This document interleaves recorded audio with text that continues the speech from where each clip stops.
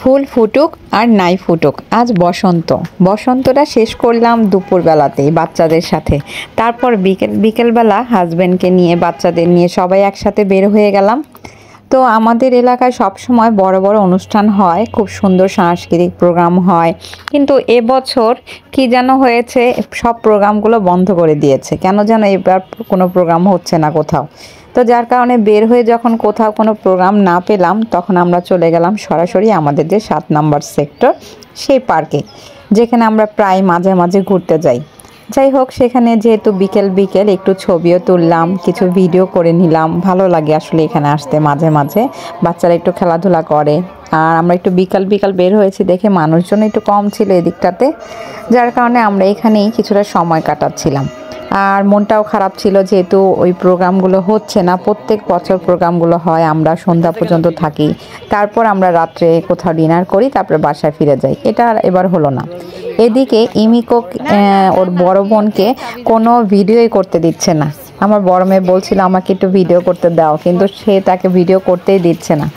এই জন্য আমার বড় মেয়ে তো মন খারাপ করে দাঁড়িয়ে আছে, আর ইমিকো তো ওর সাথে দুষ্টুমি করেই যাচ্ছিল।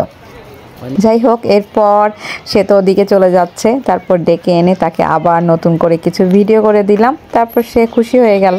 এরপর বাবার সাথে মেয়েদের দুষ্টামি, একটু খুনসুটি, খুব মজা করছে। ওর বাবা তো ওদিক থেকে ঘুরছিল একটুখানি, তো এই ফাঁকে মেয়েরা দুজন মিলে খুব মজা করছিল, বাবার সাথে দৌড়াদৌড়ি করবে সেটা নিয়ে। তো বাবাও সেরকম ওদের সাথে খুব মজা করছিল। এই তো জাস্ট সময়টা আনন্দ করছিল ওরা বাবার সাথে সময়টা কাটানোর জন্য। কি করব ভাবছিলাম, অনুষ্ঠান নেই, বের হলাম যেহেতু, আর আগামীকাল যেহেতু শবে বরাত, তো আমাদের তাড়াতাড়ি বাসায় ফিরতে হবে।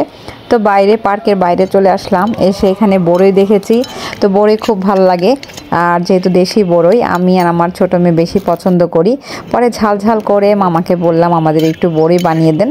তো উনি খুব সুন্দর করে ঝাল করে আমাদেরকে বড়ই মাখাটা বানিয়ে দিল। খুব মজা লাগছিল মাখাটা খেতে। এরপর আমরা এটা খেতে সামনের দিকে এগিয়ে গেলাম। সেখানে আমাদের যে চায়ের দোকান, যেটা সবসময় আমি চায়ের দোকানে যেয়ে থাকি, আপনারা বিভিন্ন ভিডিওতে দেখেছেন, ওই চায়ের দোকানে আমরা চলে গেলাম।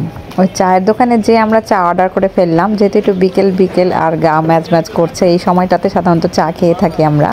তো ওইখানে বসে পড়লাম, বসে একটু গল্প করছিলাম। আমাদের এই মসজিদটা ভেঙে ফেলেছে, এটাকে নতুন করে আবার সংস্করণ করা হচ্ছে।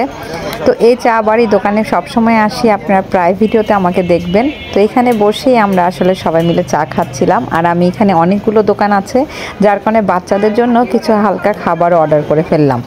তো আমরা বসে গল্প করছি, চা খাচ্ছিলাম আর আড্ডা দিচ্ছিলাম। এই ফাঁকে তো মজা করতেই দেখা গেল হঠাৎ করে একজন আঙ্কেল চলে আসলো, এবং সেই আঙ্কেল আমাদের সাথে হঠাৎ করে পরিচয় হলো। আর পরিচয়টা এমনভাবে যে তাকে অবশ্য আমরা চিনি না, আশেপাশে সবাই মোটামুটি চিনে। তো সে এসে আমাদের সাথে কথা বলল, বিশেষ করে ইমিকোকে নিয়ে। ইমিকো তার ভালো লেগেছে, এই জন্য সে ভালো লাগার কারণ থেকেই সে খুব দুষ্টুমি করছিল ইমিকোর সাথে।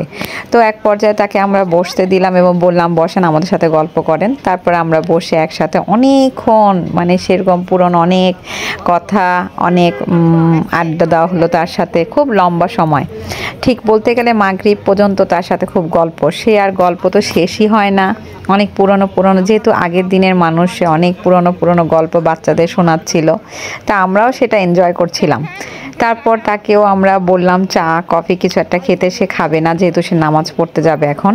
তো যাই হোক, তারপর এরকম গল্প করতে সময়টা পেরিয়ে ফেললাম। তারপর সন্ধ্যার দিকে আমরা এখানেই আমাদের মোটামুটি গল্প আড্ডা শেষ করলাম। আর এইদিকে আমার ছেলে মেয়েদের খাবারটাও ফাঁকে চলে আসলো, যে খাবারগুলো স্ন্যাক্সগুলো অর্ডার করেছিলাম সেগুলো ওরা খাচ্ছিল। তো পাশ থেকে একটা বিড়াল খুব দৌড়াদৌড়ি করছিল। তো এই ফাঁকে আমার বড় মেয়ে আবার তাদের যে চিকেন ফ্রাইগুলো ছিল সেখান থেকে কিছুটা খাবার আলাদা করে নিয়ে সেটা আবার বিড়ালকে দেওয়ার জন্য রেডি করছিল। সেই বিড়ালটা খুব সুন্দর করে সে খাবারগুলো খেলো। এরপর মাগরিব আজান দিয়ে দিল, ওনার কাছ থেকে আমরা বিদায় নিয়ে আমরা আস্তে চলে গেলাম আমাদের সেই পছন্দের রেস্টুরেন্ট, যেখানে আমাদের ইমিকোর বার্থডে করেছিলাম সেখানে। তো সেখানে আমরা রাত্রে ডিনারটা করব। এখানে আমাদের ভালো লাগে, প্রায় আমরা আসি। তো আমরা সরাসরি এখানে চলে আসলাম। আসার পর তাদের এখানে বসলাম। মানুষজন ছিল না, যেহেতু একটু আমরা তাড়াতাড়ি চলে এসেছি আসলে ডিনার টাইমের আগেই। তো আমাদের ইচ্ছে হচ্ছে আমরা আগে আগে বাসায় চলে যাব, যেহেতু আগামীকাল শবে বরাত, যার কারণে ভ্যালেন্টাইন তো করা যাবে না। ওইটা ভ্যালেন্টাইন মাথায় রেখে আসলে বিকেলে আমাদের বাইরে হওয়াটা। তারপরে এখানে আমরা খাবারটা অর্ডার দিয়ে ফেললাম। কিছু নতুন স্টাফ অ্যাড হয়েছে আর আগের স্টাফগুলো চেঞ্জ হয়েছে, যার কারণে আমাদের চিনতে একটু মানে সমস্যা হচ্ছিল।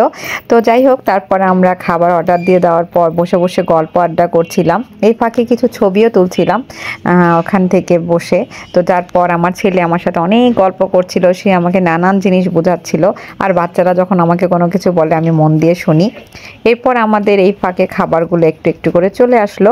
এক এক করে সবার খাবার যে অর্ডার দেওয়া হয়েছিল সবাইকে খাবারগুলো পরিবেশন করা হলো। স্টেকটা মনে হয় দিকে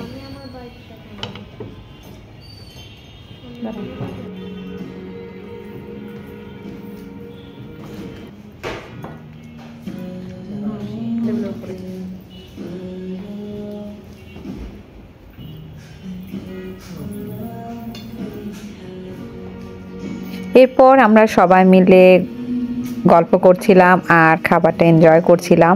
আর যেহেতু একটু মানে বেশি একটা রাত্র হয়নি, যার কারণে মানুষজনও ছিল না অতটা বেশি, আমরাই ছিলাম, কাস্টমার একটু কম ছিল। তো যাই হোক, তারপরে আমরা নিরিবিলি পরিবেশেই আসলে আমাদের ডিনারটা কমপ্লিট করছিলাম। আমরা যখন আমাদের খাওয়া দাওয়া করি তখনই সবসময় আমরা একজন একজনকে খাইয়ে দেই, এটা আমাদের সব সময়কার। ছোটোবেলা থেকে আসলে আমি সবসময় ওদেরকে খাইয়ে দিয়েছি, তো এটাই আসলে ওরা শিখেছে, যার কারণে সবসময় ওরাও আমাদেরকে খাইয়ে দেয়। এটা আমাদের সবসময় হয়ে থাকে, এটা কেউ কাউকে বলা লাগে না। তা আমাদের কাছেও ভালো লাগে। আর ওদের কাছ থেকে যদি না খাই তাহলে ওরা আবার রাগ করে, যার কারণে আমরা সবসময় সবাইকে আসলে এভাবেই মানে আদর করে থাকি।